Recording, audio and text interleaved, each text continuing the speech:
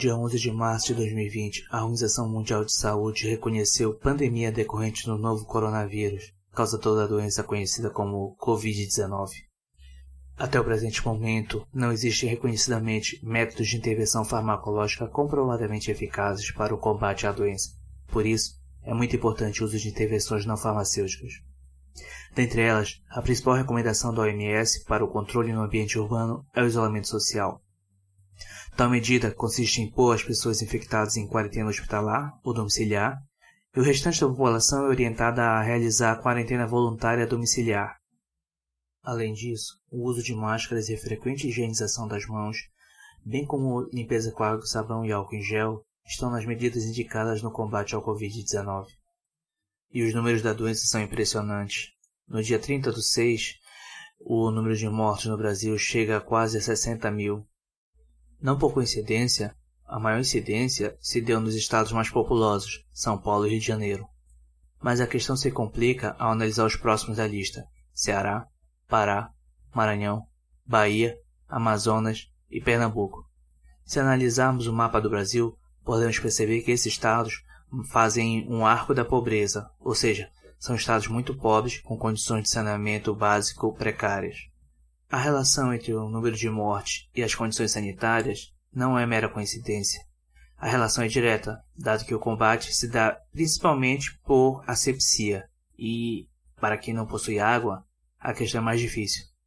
Conforme a análise de Boaventura de Souza Santos, os moradores de favelas, cortiços, guetos e demais áreas com menor infraestrutura sanitária dos países do que ele chama de Sul Global seriam dos que mais sofreriam com o avanço dessa doença. A normalidade da exceção. A atual pandemia não é uma situação de crise claramente contraposta a uma situação de normalidade. Na verdade, desde a década de 80, conforme o modelo de dominante foi se passando, o mundo tem vivido em permanente estado de crise.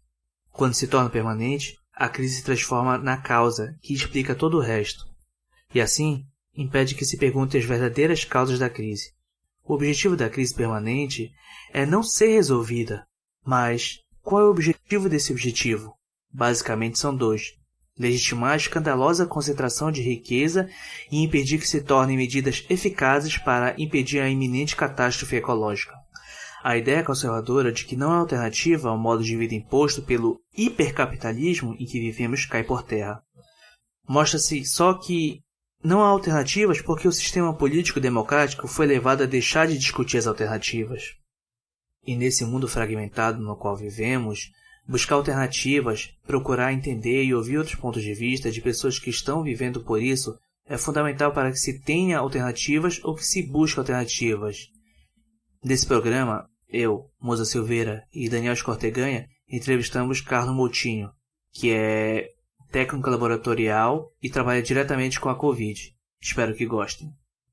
Lembrando que, se gostarem do nosso programa, divulguem para os seus colegas e amigos e assinem nosso canal no Spotify, ou no Deezer, ou, sei lá, em outro lugar que você escute.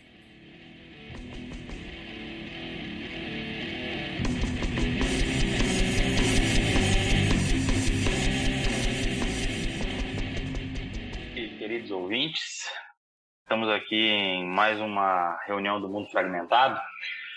Hoje recebemos com honra o senhor Carlos Moutinho, que é funcionário da SESMA, da Secretaria de Saúde do município de Belém, que está atuando diretamente no pronto-socorro da 14 de março, vivenciando essa questão da pandemia do Covid-19. Carlos, meu amigo, por favor, se apresente para a gente e conta um pouco da tua história, introduzindo essa nossa conversa. Boa noite, Daniel, boa noite, Moza. Porque não fui apresentado. Boa noite, Moza. Meu nome é Carlos Moutinho, como já foi dito, sou funcionário da SESMA, lotado no pronto-socorro municipal Mário Pinotti, né, conhecido aqui em Belém como pronto-socorro da 14. E estou lá trabalhando desde 2011 no pronto-socorro, um laboratório de análises clínicas, e na SESMA desde 2003, né, onde que eu já trabalhei no Departamento de Saúde, no combate à dengue e febre amarela, né, um programa de dengue e febre amarela. Ah, interessante. E, Carlos, como é que está sendo agora o tratamento com essa nova doença que chegou para cá, a pandemia? Depois, como é que mudou a tua rotina? Como é que tá a situação dos hospitais? Diminuiu, voltou? O que tu pode dizer?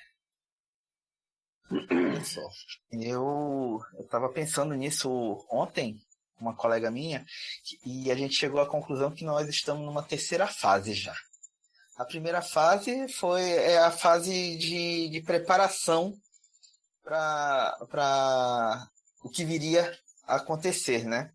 Que seria essa contaminação em massa que já está bem disseminada no nosso município e em todo o Brasil, né? Sendo que Belém é um dos focos principais junto com São Paulo e Rio de Janeiro. Então essa primeira fase de preparação, ela foi muito burocrática, foi muito no papel, foi muito de reunião e de nenhuma tomada imediata de decisão palpável, principalmente no que diz respeito à questão de equipamentos. Todo mundo sabia que ia ser necessário equipamentos, por algum motivo da gestão, né? Esses equipamentos chegaram já numa fase um pouco mais avançada, onde já tinha muitas pessoas doentes, disseminando o vírus por aqui. A segunda fase foi a do desespero, já, com, infelizmente, a perda de pessoas já da saúde, maqueiros, médicos, técnicos de enfermagem e pessoas ligadas de forma indireta, mas não menos importante, como funcionários ligados à limpeza do hospital, né?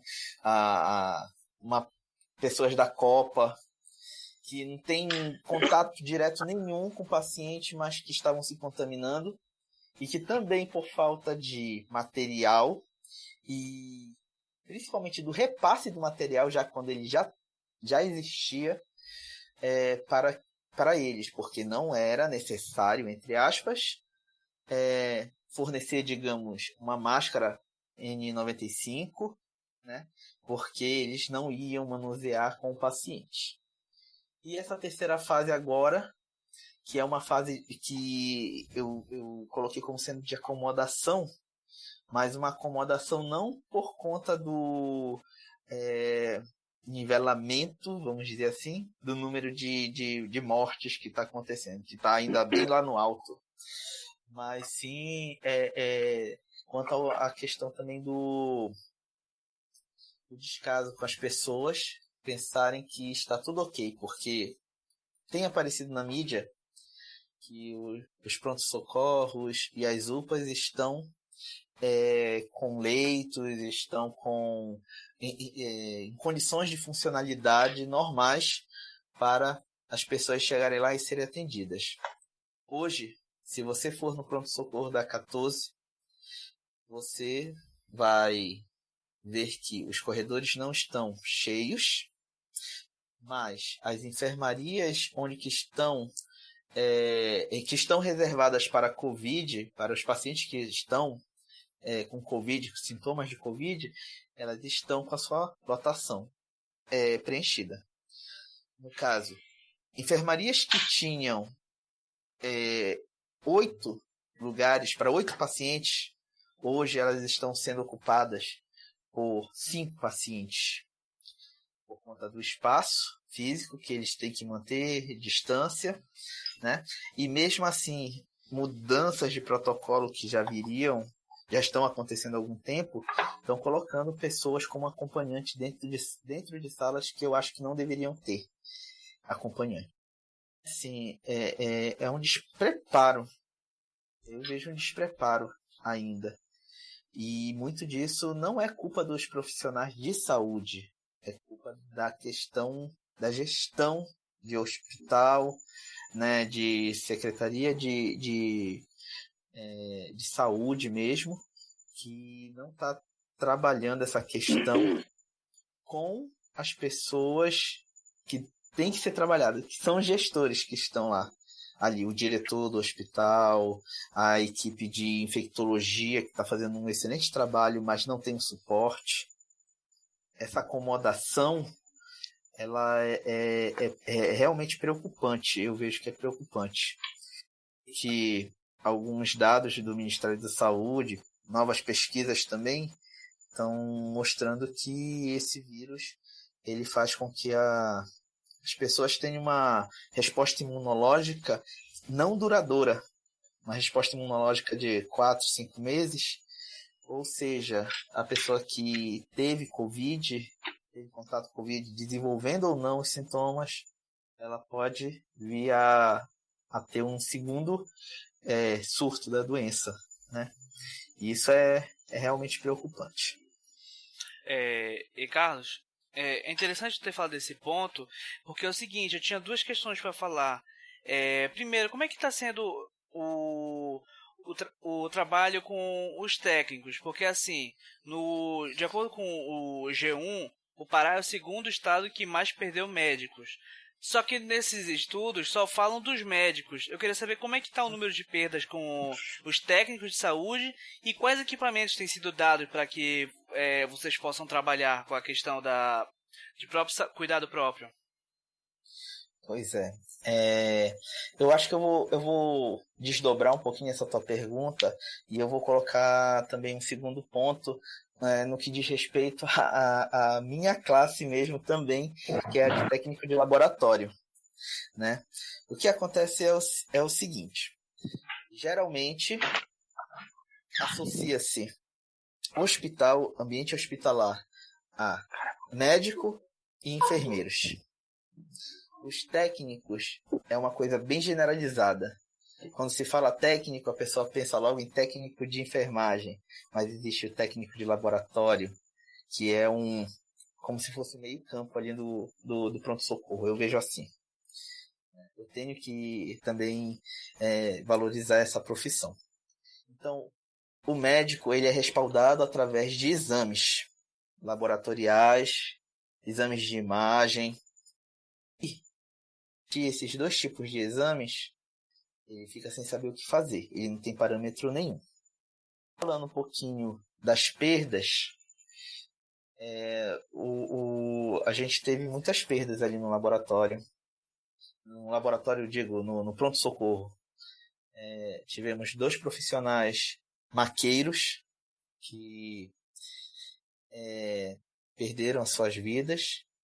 Tivemos pelo menos 2 médicos que também foram acometidos pelo Covid e não resistiram. O profissional do técnico de raio-x também faleceu. E tinha 2 enfermarias no bloco A do pronto-socorro que tinham pelo menos cada uma 4 técnicos no começo do mês que estavam doentes, estabilizados e que evoluíram tranquilamente, né? Estão naquele processo de pós-Covid, já se recuperando em casa, mas em isolamento. No meu plantão noturno, né, são 5 pessoas. É o farmacêutico bioquímico, 2 técnicos de laboratório, uma pessoa e 2 pessoas para fazer a digitação dos laudos, né, administrativos, técnicos administrativos. Na minha equipe, só eu que continuei trabalhando depois que os outros 4 ficaram doentes, sendo que o farmacêutico, esse que também fazia coleta de material secretivo, né, orofaringe, adoeceu. Esse material é a coleta do PCR, né, um dos exames principais para o Covid, que é feito nas narinas e na garganta. E é um grau de exposição ao vírus muito grande, porque quando se coloca o cotonete, né, o swab no nariz ou na boca, na garganta, a pessoa tende ou a espirrar ou tossir. E aí propaga muita contaminação através das partículas. E logo no começo, a gente não tinha equipamento